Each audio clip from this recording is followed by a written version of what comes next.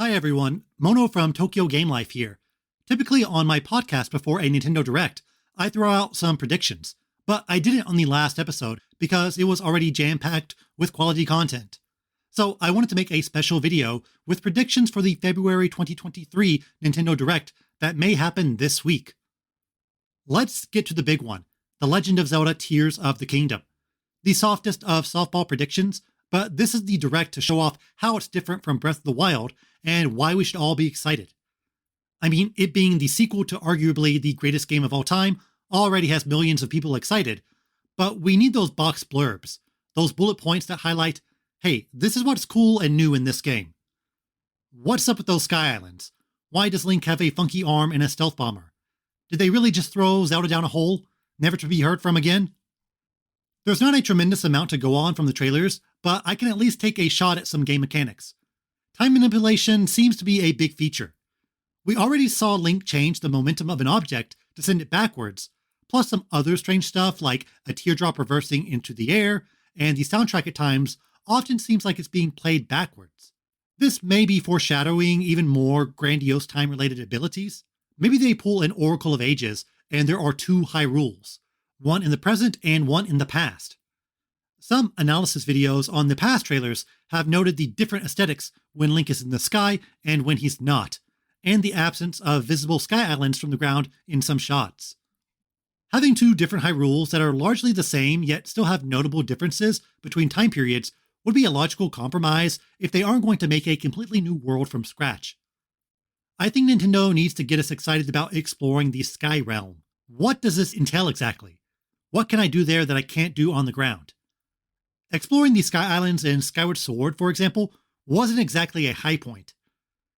There was also a patent showing more complex skydiving mechanics, such as Link changing positioning and being able to fire his bow in the air. So I'm a bit curious about how hard they lean into the aerial combat and traversal from the islands to the ground. Beyond the Sky Islands, I think there will be a major change to the weapon degradation system. I loved this mechanic in the original game. It completely suited the structure of the game and rewarded exploration, but I do know that some people did not like it. I think Nintendo will implement some sort of change or compromise to appease both parties. Weapon degradation will still be in the game, but to counter this, I think there will be weapon crafting and augmentation. When your sword shatters, you can then pick up shards and hilts and whatnot to make a new sword. In an earlier trailer, we saw Link with a shield, and it looked like something was attached to it. So weapon crafting may be more complex than just, you need 10 iron shards to make an iron sword, and more similar to putting things together like Lego blocks. My fantasy is that you can just create incredible mishmashes of different materials to make weapons. Like a hilt that makes your sword swing faster, the blade that determines the damage, and maybe some augments that give it elemental abilities. I want to be able to mix and match different abilities to create some cool and really wild weapons. Breath of the Wild did have a lot of menu management, so I'm not sure if Nintendo wants to add even more, but I think the concept of you break weapons to create new weapons would make for a fun gameplay flow and appease all sides. And speaking of appeasing critics, I expect bigger, more traditional dungeons to return.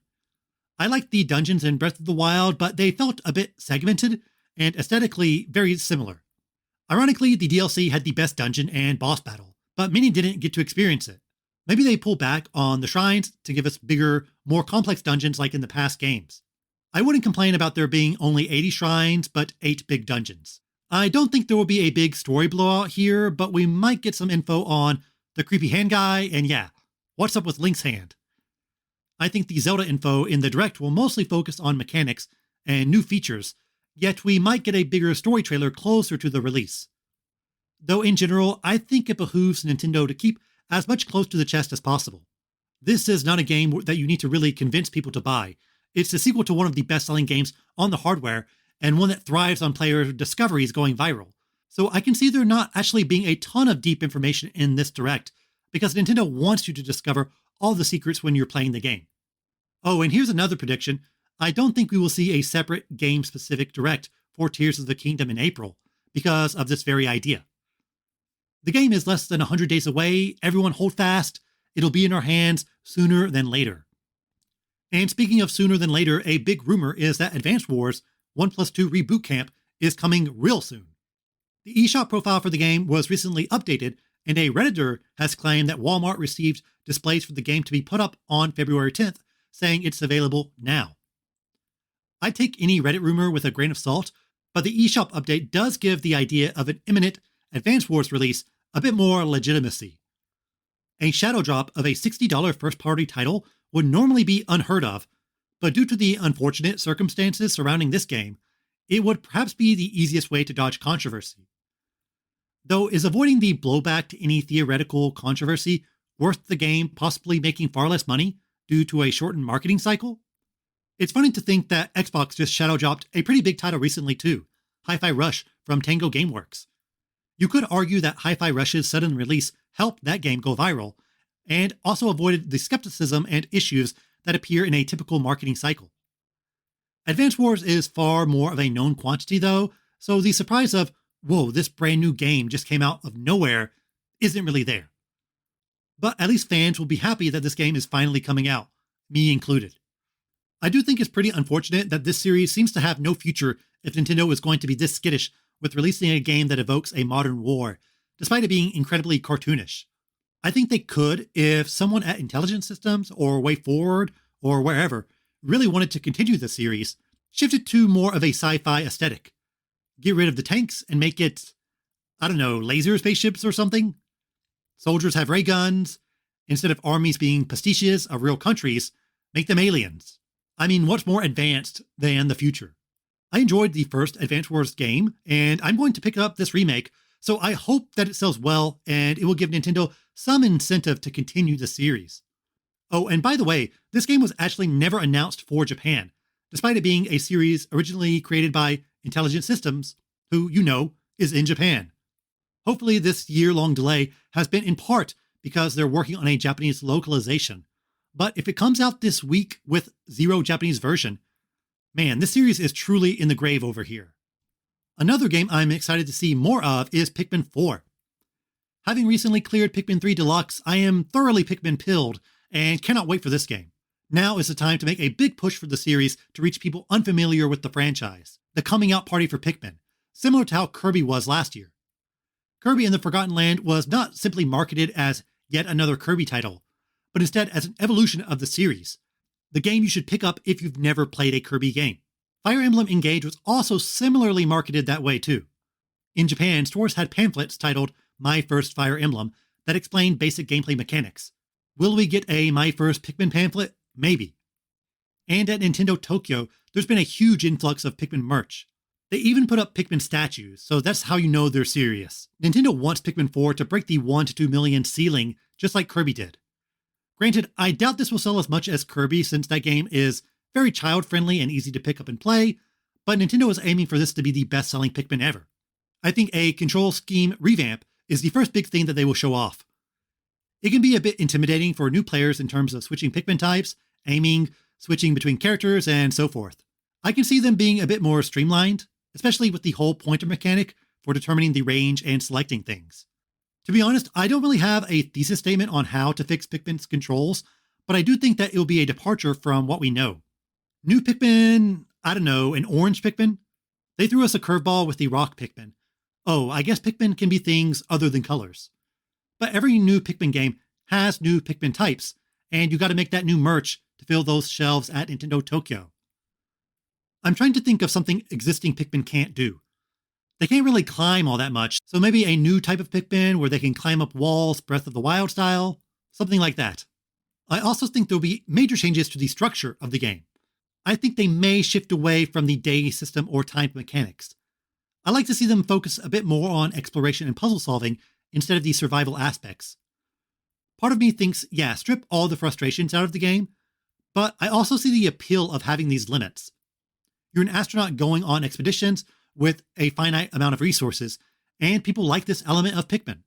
Yet this won't be just another Pikmin game. It's Nintendo's big swing for the fences for the franchise. Oh, and one thing I'd love to see them implement is Pikmin costumes, like in Pikmin Bloom. I want my Pikmin to wear little hamburger outfits. Mario. Remember Mario? He's got a movie coming out this year. This is causing a lot of people to speculate that a new Mario game is coming out, so people will have something to pick up after they watch the movie, but I'm not so sure. For one, there are already plenty of Mario platformers on the Switch. Odyssey, UDX, 3D World, Super Mario Maker 2. And yes, you can still buy 3D All-Stars if you know where to look. There's really no rush to put out a new Mario game. And if they do, I doubt it will be a huge new 3D adventure. It's been rumored that the Mario team, EPD Group 8, is working on a new Donkey Kong title. This rumor is pretty interesting in that making a brand new Mario game would be a much safer bet, so I'm wondering if EPD has some new take on Donkey Kong that differentiates itself from the country games. And while there are many Mario games to pick up on Switch already, the only DK game is a port of a Wii U title. To me, it just seems way more logical to save a big 3D Mario for the Switch's successor, instead of putting it out on the Switch that has been on the market for 6 years. New hardware could be less than a year or two away, so why not have a new 3D Mario ready to go for that new platform? If there is a new Mario platformer coming out in 2023, maybe it is actually a 2D title. 2D Mario could use a refresher since the new series technically ended over a decade ago, and you don't really want to launch new hardware with a 2D title. So in order of probability, EPD Donkey Kong, 2D Mario, 3D Mario. Watch a 3D Mario game get announced now that I've definitively stated it's the least likely. I'll take a swing at another Mario thing though. Super Mario RPG will be announced for Nintendo Switch Online. Earthbound was showcased in last year's Direct, and this would be at least an Earthbound tier edition, or maybe even bigger. We will probably get a bit more info on some upcoming N64 games too. I think Smash is inevitable. That game hasn't been announced yet, but it's coming. I don't think there will be any big addition to the existing NSO software. For once, I am not going to predict Game Boy is coming to NSO after being dead wrong the last 2 or 3 times I predicted it. I think it still could come down the line, but it seems more like a summer announcement with a fall release type of thing. Nintendo typically has one big, hey, this is why you should get NSO push a year around September. 2018 was NES, 2019 was SNES, 2020 was marred by COVID, but people still wanted to play Animal Crossing online, so they subscribed to NSO. 2021 was N64, and 2022 was Splatoon 3. So 2023 Game Boy titles on Switch? I hope so. The hang-up is always Pokemon. There's the issue of whether or not Game Freak wants to include all the Pokemon games on an app with a bunch of other titles, or do they want to sell the old Pokemon games individually, or have a special NSO Pokemon app? You can't really get people super excited about a Game Boy app with no Pokemon, so Nintendo needs to find a way to get that on there. Trying to think of a casual title they could announce and then release in a month or two. In Nintendo's catalog, there's 3 that are absent on the Switch that could move units: Tomodachi Life, Nintendogs, and Rhythm Heaven. After the insane success of Animal Crossing, you'd think somebody would immediately start working on Tomodachi Life. The game sold over 6 million units on the 3DS and is the 11th best-selling game on the hardware. If you make a Switch version, I can't say that it'll top 6 million, but the life sim genre has grown by leaps and bounds since the release of the last title, so there's absolutely an audience for it.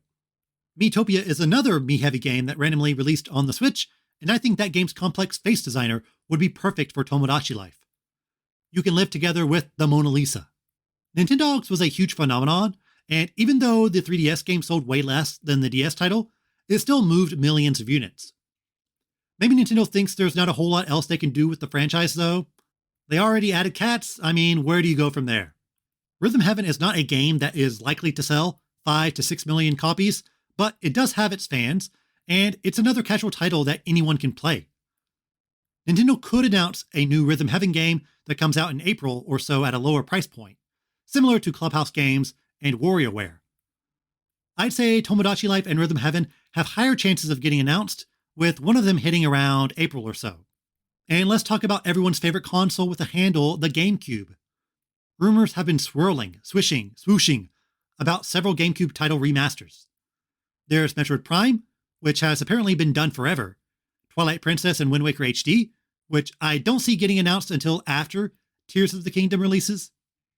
F-Zero GX Remaster has also been something people have talked about, and is probably the safest way to bring that franchise back. And there's been speculation of a Baten Kaitos remake from Monolith Soft. That is the most interesting one to me, and I think it has a strong chance of appearing in this Direct even if the release date isn't until after June. I think you could save Metroid Prime for fall or winter and release F-Zero GX in a less busy time, so I can see the Direct only touching on Baten Kaitos and F-Zero, even though the other games still may be Switch-bound. A bit of DLC roundup, we will get some more details on Fire Emblem Engage DLC to remind us that yes, that game just came out, and you can still give Nintendo money for it. Xenoblade 3 also has some DLC on the docket that hasn't been revealed yet, so I expect that to make an appearance too. Mario Kart 8 still has tracks that need to come out. The Pokemon DLC will likely be saved for a Pokemon Presents later this month, as will all the other Pokemon news. We know that Splatoon 3 DLC is coming, but I think that will probably come out around the game's 1-year anniversary this fall, so I can see it being saved for a Summer Direct if we have one. I think we will also get our next peek at a new sport being added to Switch Sports. There have been data mines that basketball and dodgeball could be coming, and out of those, I think dodgeball is a big one to highlight in the Direct. It's new for the series and would get people to hop back into the game, at least for a little bit. Third parties are always tough to predict because it could really be anything. Evolution Worlds Remaster is coming to Switch. Sure, that sounds like something that could randomly be announced. One that I want is Final Fantasy Tactics, which is in the Nvidia leak, so it is likely coming. But again, this is a game that I feel confident is releasing in 2023, but if it's in the back half of the year, I don't see it appearing in the Direct. Tactics Ogre Reborn is also very recent, but Square is not shy about releasing games right next to each other. There will probably be some sort of Warriors game announced in this Direct though. Maybe it even has a Nintendo IP. Xenoblade Warriors honestly seems more of a when than an if. That game is coming out and we all need to deal with it. I wonder if there'll be any notable indie games here or if they will save them for an Indie World presentation. Silksong is big enough to appear in a Big Boy Direct for sure. I'm also looking forward to Wildermyth. The devs said it would take about a year to get on the Switch, and they said that about a year and a half ago, so that might pop up soonish. Here's another wild swing. Cold Step Switch will be announced. This is the longest gap we've had between Cold Step titles, and Omiyasoft is still around, so they are working on something. So those are my predictions for the upcoming Direct. If I get a single thing correct, that means I'm an insider, and you should all hang on my every word. And if you had fun watching this video, I host a podcast from Tokyo about Nintendo and gaming culture in Japan called Tokyo Game Life. You can find it on your podcast app or right here on YouTube. Thanks for listening and get hyped.